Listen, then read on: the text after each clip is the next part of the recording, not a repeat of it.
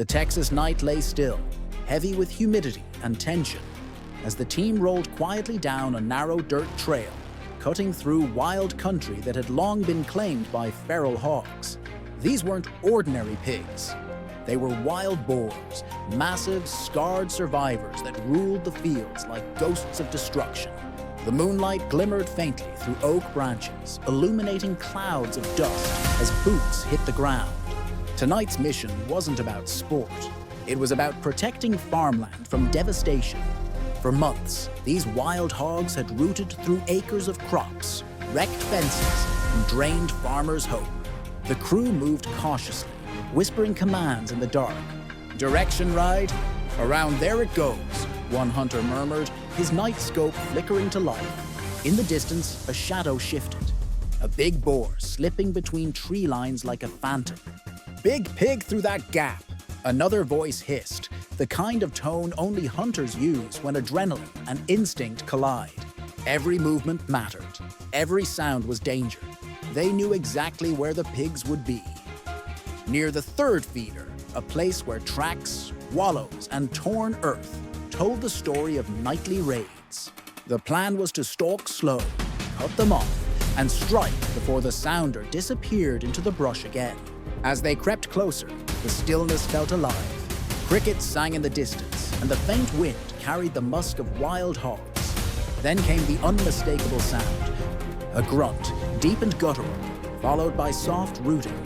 Through thermal optics, they saw them. A whole group of wild pigs feeding carelessly, shapes glowing in the scope. The men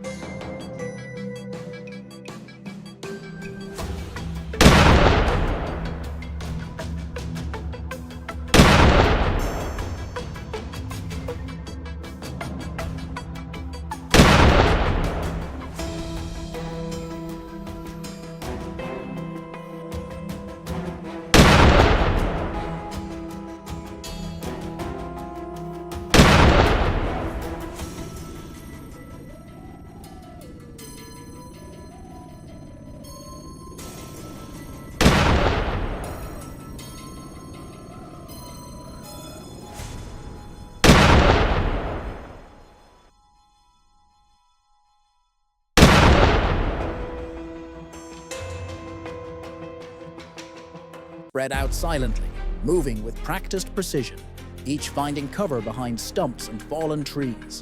They weren't just hunting. They were executing a tactical ambush, the kind taught only by long nights and hard lessons. "First mature boar within 20 yards. I'll take the shot," whispered the lead hunter, his heart hammering like a drum in the dark. The moment stretched thin, time slowing as if the woods itself was holding its breath.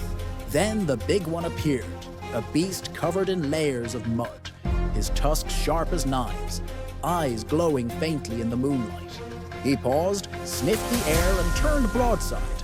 The hunter drew his bow, his fingers steady, the sound of the string releasing like thunder in silence.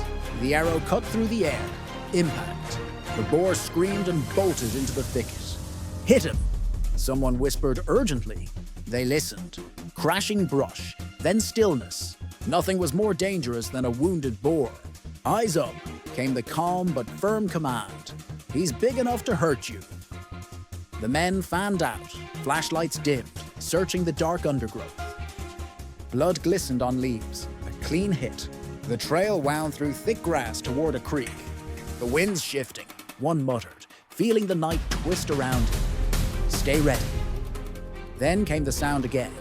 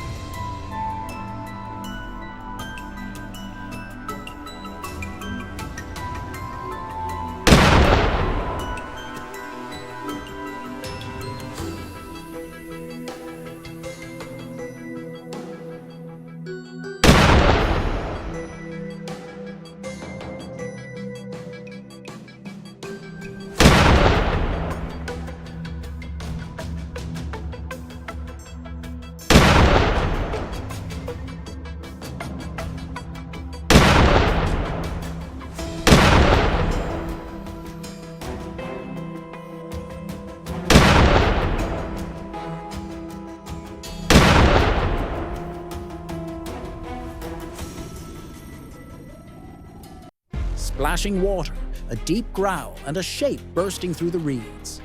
There, pig crossing! The massive boar charged through the creek bed, mud spraying like gunfire. The hunters reacted instantly. A second shot fired, another solid hit.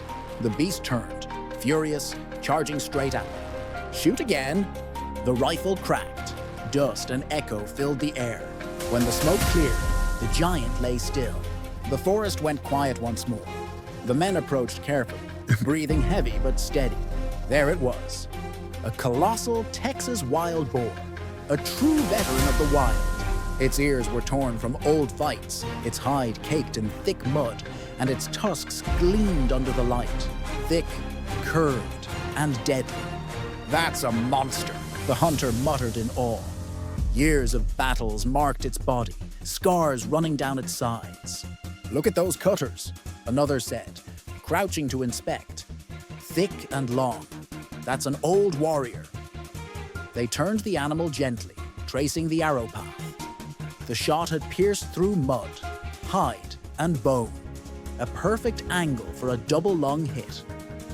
That mud's like armor, one explained. You see how thick it is? That's not even where the plate starts. The thick crust made the shot even more impressive. These wild boars didn't just live. They survived wars, predators and hunters alike. You don't take one of these easy, he said, shaking his head. That's why we hunt. For the challenge, for the respect. As they loaded the boar onto the ATV, the weight tested their strength. It took 2 men and all their leverage to heave it onto the rack.